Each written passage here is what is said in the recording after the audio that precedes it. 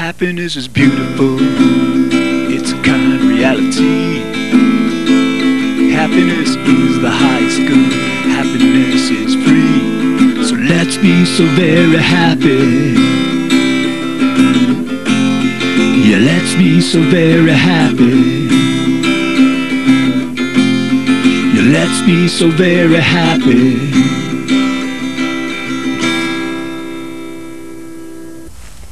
Welcome to the Happiness Show. This is George Ortega. I'm here with Lionel Ketchin, and we're here to talk about happiness because happiness is, always has been, and always will be the point of it all. Today we're going to do something different, or we're calling this the Happiness Off the Cuff #1. And generally we basically have a format for each of our shows. We talk about a subject, and we have an outline in advance. We talk about it a bit before. But this, we want to kind of unleash ourselves to just talk about happiness in ways that are totally extemporaneous. And hopefully it'll be enjoyable for us and enjoyable for you.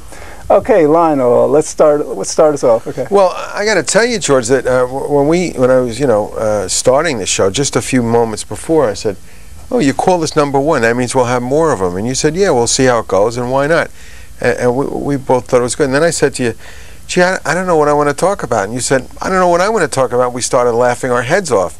Then I said, "Hey, it sounds like it's going to be a great show. If we can laugh, then we're there." And that was important. That we didn't really ever start a show where we both started laughing before, right? Because we just felt that good about whatever it was. And it's kind of funny that with happiness, here we got a half an hour to talk about happiness. The only problem is we probably need more like a half a year to talk about happiness at one time. But with the half hour, we know we're not going to have any trouble filling it up because our lives are so based on happiness. Yeah, but the thing is, like, a lot of times, like, we spent the last, I think, hour and a half, we had lunch together before our tapings and all, and we were talking about happiness, and we love our talks, we get into it and stuff. But the challenge here is, like, to talk about this and, like, be very interesting also. Because, I mean, we're very into it, but we've got to, like, convince the audience. Yeah, well, you know what my take on all this kind of thing is? That, hey, I'm here, I'm happy. The rest is your problem. That's just no, definitely not. All right. Actually, I've thought about like what I would want to talk about in a show like this, somewhat. Not with any great specificity, but it's just the idea, like trying to explore why. I mean, we've got like a 70% happiness level here in the United States. Some of us are clearly much happier, but 70% is just like it's not that much. I mean, why don't people get this? I mean, why do we, like, for example, like many of us seek more money, many of us seek more success and all these things. And you would think by the time we're like 30, 40, 50 years old, it would dawn on us that all these kinds of things that we're doing, that we expect and we hope will make us much happier, just aren't working. I mean, you'd think people would finally get two things. One, the fact that what we're doing is working only marginally or not at all. And two, the fact that what we really want is to be as happy as possible. Well, I think the answer to your question is that people don't understand happiness, they don't value it, they don't see the benefits of it, because they haven't experienced the benefits of happiness. I mean, it's as simple as that. You can't, we know it works, so we're looking at it with our perspective. And once, you have a perspective on it and an experience level, you'll naturally choose it because you know what it feels like to be unhappy and what a state that could be to be in. But there are other people who have never really experienced happiness, and they don't even understand it. But all right, but that's understandable for a lot of people. But like, you and I aren't the only people who understand this. There's like some psychologists who have devoted their careers to this. There are philosophers. You go into government, you go into politics to make the lives of people presumably as happy as possible. Ostensibly, that's the goal of government, to just make the greatest happiness for the greatest number. So, like, even our leaders, even our philosophers, our educators, our religious figures, God wants us to be as happy as possible, yet, religions tend to stress the importance of goodness. They kind of like forget or minimize the importance of happiness. I mean, there is a great disconnect, just the fact that, like, happiness, you ask anyone everywhere, like throughout the world, they've taken so many surveys, you ask people, what is the most important part of life? And for most people, for the overwhelming majority of people, it's happiness. So, if this is the case, I mean, it doesn't make sense. You understand what I'm saying? It doesn't make sense. We should be so much happier, Well, then my only other answer for you is the reason that people aren't happier is they allow their thinking to control them. And if their thinking isn't constructed in such a way to be beneficial for them and towards them, then they're not going to be happy, and they can't be, even though they know it's important, and they want happiness so bad that they spend all their time using their thinking in a compulsive way where it even adds to their unhappiness. Yeah, and I think the other part of that is that this idea that we can control our thoughts is relatively new to most people. I mean, the Greeks understood this, but for most people, people think, well, something happens and this emotion just comes to me and it's inevitable. It's something that has to happen, and if it's negative, well, that's just my tough luck. As a matter of fact, the definition of happiness originally meant luck. Yes. So to be happy meant to be fortunate, to be lucky. Happenstance, happening. Right. So yeah, I think that a lot of times people, we just are in this kind of situation where most of us feel, well, there's nothing we can do about it, or yeah. Well, I'm not so convinced that we can control a reaction or a behavior. I mean, sometimes I'll get agitated or excited or angry or upset, but I think what I can do with the behavior once it has happened is something I can control, and that's where I think happiness comes in, because before I didn't realize I had, in other words, the behavior was there. Let's say a feeling of sadness. Let's give an example of that. So if I had the feeling of sadness, I thought that was reality. I thought, well, that's the way it is, and maybe it could go on for days. I never knew that it could be there, but it doesn't have to be there for long. I never knew that. And as you learn that happiness is a choice, and you turn the channel, it's like saying, oh, there's the ball game. I don't like ball games, so I turn the channel and I got the happiness show. There I am. Yeah. That's as simple as that. So when I realize that an emotion that I'm now experiencing, I don't need to know how it got there, why it got there, okay? I don't need to blame you for putting it there. I could just change it if I want to. It's as simple as that.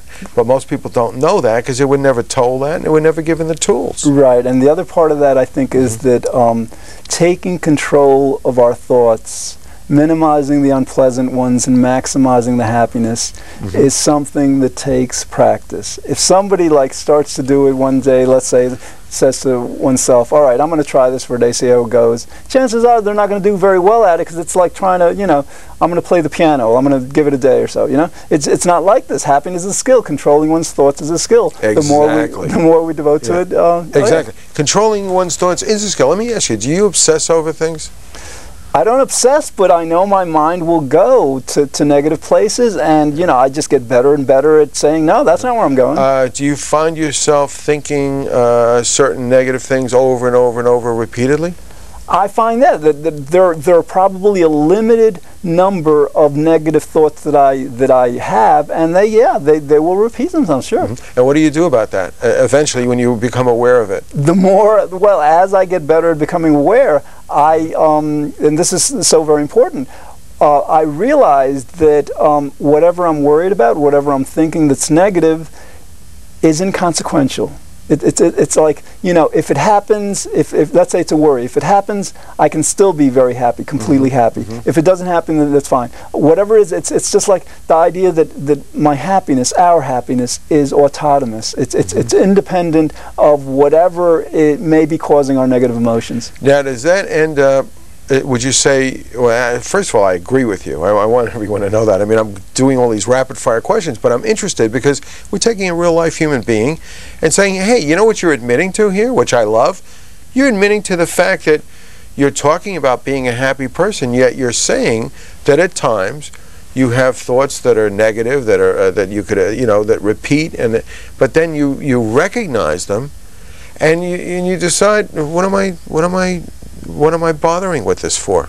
Oh yeah, and I'm an idealist. I've got a lot of optimism. I'm thinking that maybe, who knows, 10, 20 years from now, I may not be having unpleasant thoughts. I mean, we may not be having unpleasant thoughts. It's like, yeah, it's like right now, unpleasant thoughts. Right now, in our stage of evolution as a species, as a civilization, whatever, we are 70% happy. 54% of our time is spent being happy, all right?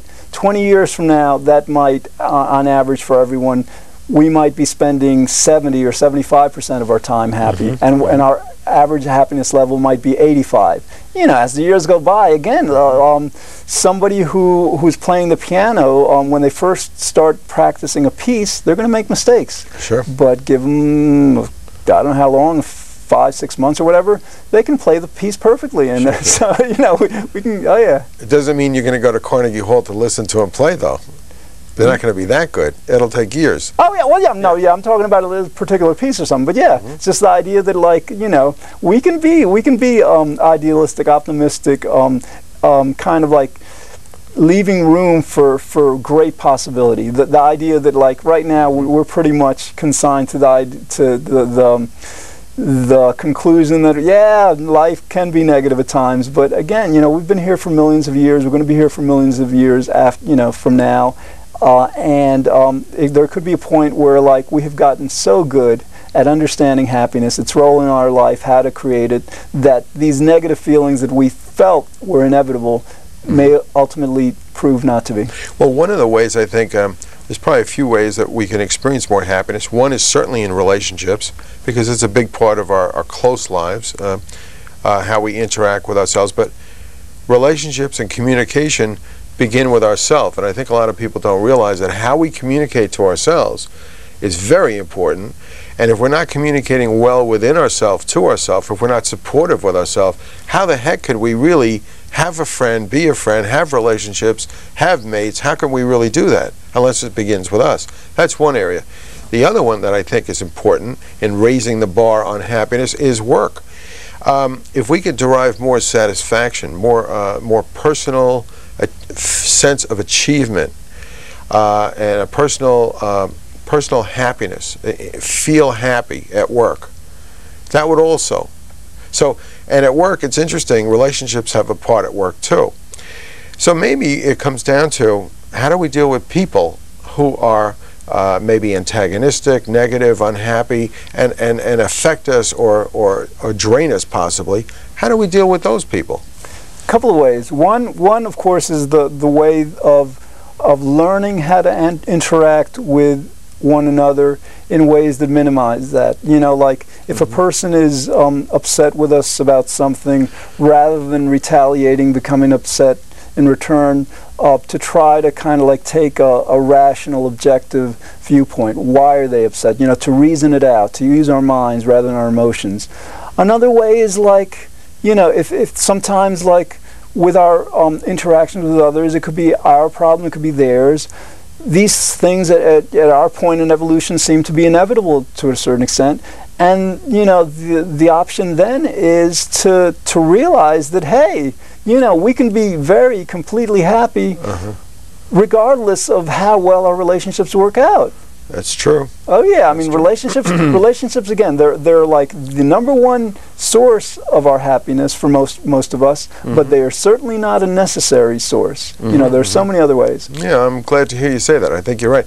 I think we had said it, off the playing field. You and I had probably hit on probably the most central issue of happiness, and that is not to base our happiness on reasons, not to be happy because of anything, because that's an external form of happiness that could be eroded away very quickly. And that's what most of the world does, is they're happy because of a compliment, they're happy because they fell in love, they're happy because they have a salary increase, they're happy because they got a new job, they're happy because they got a divorce. But the truth is, if you allow anything outside of you to make you happy, it's a form of control that you have no control of. So what you're doing is, you're less than a tree, hoping for it to rain. I mean, you're not even a plant anymore. A plant has more going for it than you would in that state of mind. But boy, to be happy in spite of what happens there's got to be a word to describe what that really signifies and how that really feels. Good. Yeah, well, and also the process is simply to decide to be happy. You know, we talk about this a lot. We're not waiting for things to happen to make us happy. Right. We're very happy. We're completely happy simply and exclusively because we've decided that. Right. You know, so and it's that. Right. Exactly. My class at Sacred Heart University in Fairfield, Connecticut was being happy no matter what. And then no matter what is an explanation of what we're talking about, because it's regardless of what happened. Most people say, how could you be happy when this happened to you?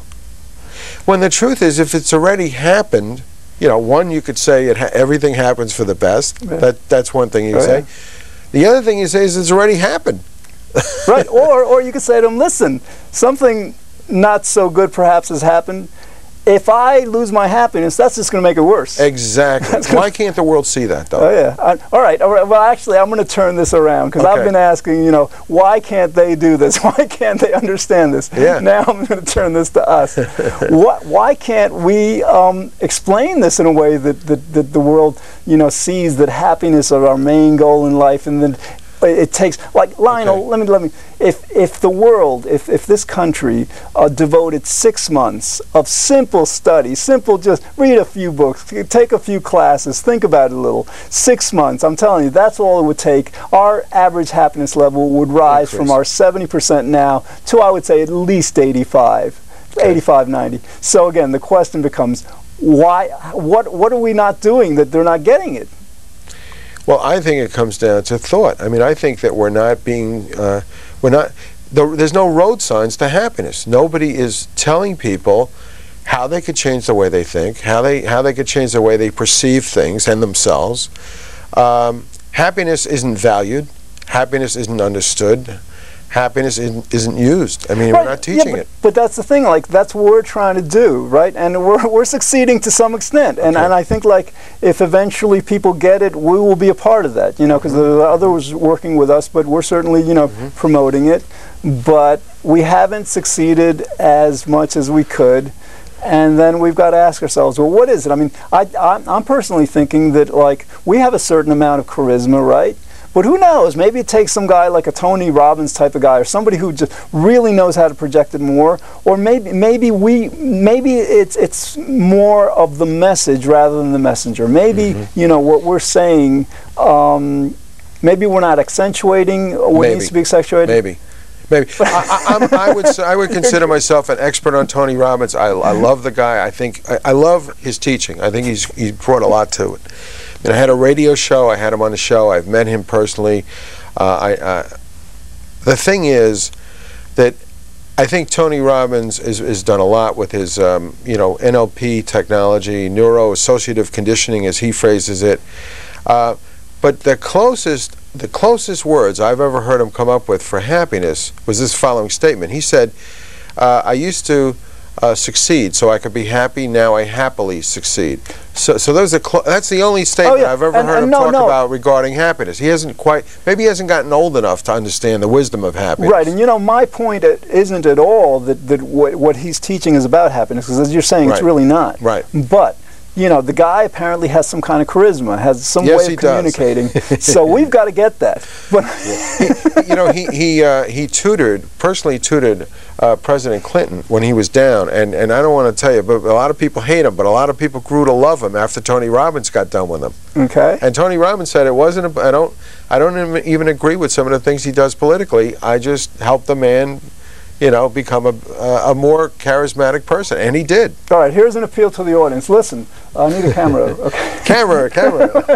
All right, listen, if you're out there and you know some person who wants to make a name for themselves, wants to be a kind of a promoter like Tony Robbins, connect with them, explain to them the idea that, like, with Tony Robbins and these, like, financial gurus do. They're good in a sense, but like, for example, with the financial gurus, all right, they can be like teaching us how to make a lot more money, but above the poverty line, it's not going to make those people very much happier, if at all right? So if these people who are like trying to help us all, you know, live better lives through motivation, through enthusiasm, all, if they want something that's really going to sell and it's going to give people what they really want, tell those people to promote happiness, all right? Because Lionel and I are doing it. We've got our associates that are doing it, that are helping us out. But the more people that become involved in this, the better.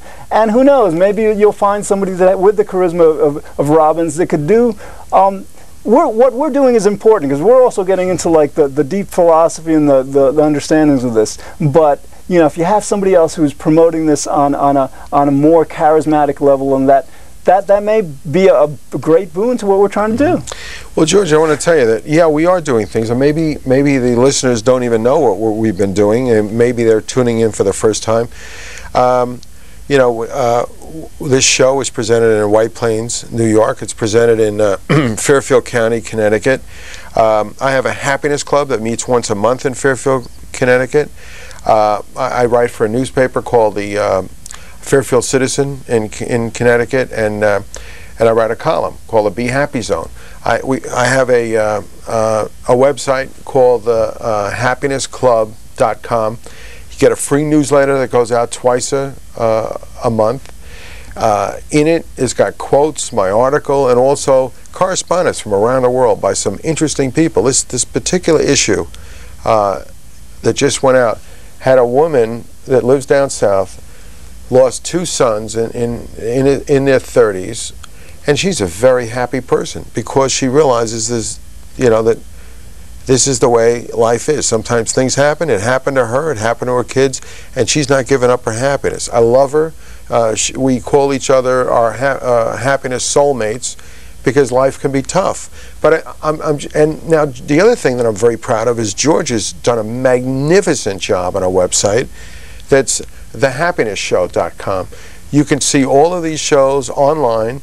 If you live in Swahili and you got a computer, you can watch this show right now, and I guess in a couple of weeks when George posts it. So, George, we're doing a lot to change the world. But you know something? We're doing a lot because we're happy. And somebody listening is doing a lot because they're looking at happiness as a real option for them. I think that's enough. You want to know something like? I'm just thinking, like, I don't get involved in this because it's not really necessary. But like, if happiness, I think, is destined to become greater than freedom, greater than equality. I agree. I mean, we had this like better than money. Oh yeah, happiness is destined to become the thing of life. Everybody's going to eventually get it, and you know. You and I and our associates are going to be kind of like prophets. I mean, history is going to write down like about your happiness club and our happiness show and all.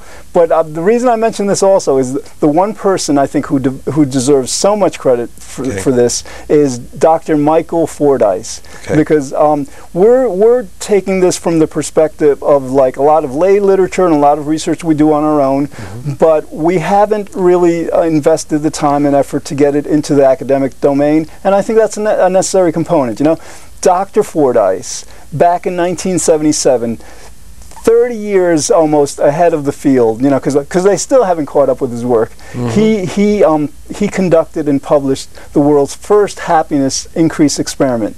Okay, basically he demonstrated to the world that you take a group of people, you teach them a few principles about happiness over the course of 6 weeks or so, and they will become substantially happier. Okay, so because before that a lot of people thought, well, no, happiness is just a matter of luck, it's a matter of chance. Right. So this guy, I mean, like, Fordyce is destined to be the person who brought the great happiness into the world, and we're kind of like his prophets.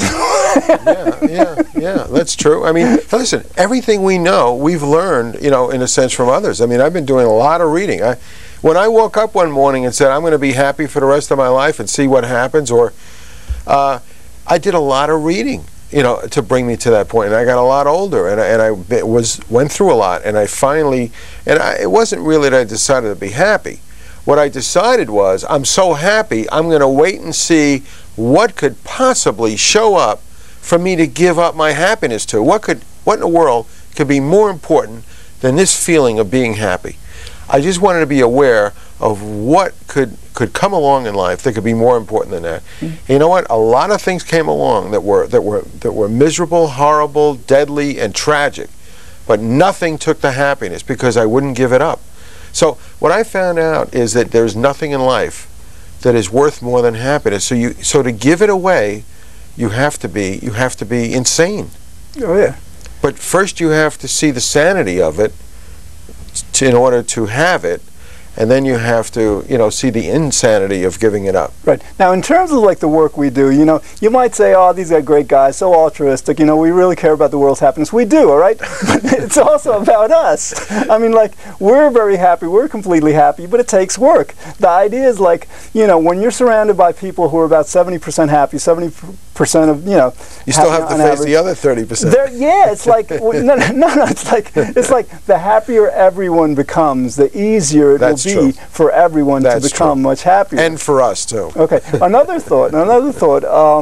There are a lot of people in this world who are attracted to, like, they want to do something important for the world, okay? They want to make a contribution, and this has to do with, like, feeding our ego, feeling important so we like ourselves so we can become happier. Right. So there's people out there. So this is kind of like a challenge, all right? If somebody wants to do the best thing possible for the world, bar none, there's nothing that could be done for the world that's more important or more beneficial than communicating this message of happiness and succeeding at getting people involved and interested and ultimately the whole world becoming much happier. There's nothing more important than that. So basically, if somebody has as their life goal to contribute to the world as much as possible, this should be like a healthy competition. I mean, we're doing it, but I mean, if somebody can do it much better, if people can do it much better, writing a book, creating their own shows, whatever it is,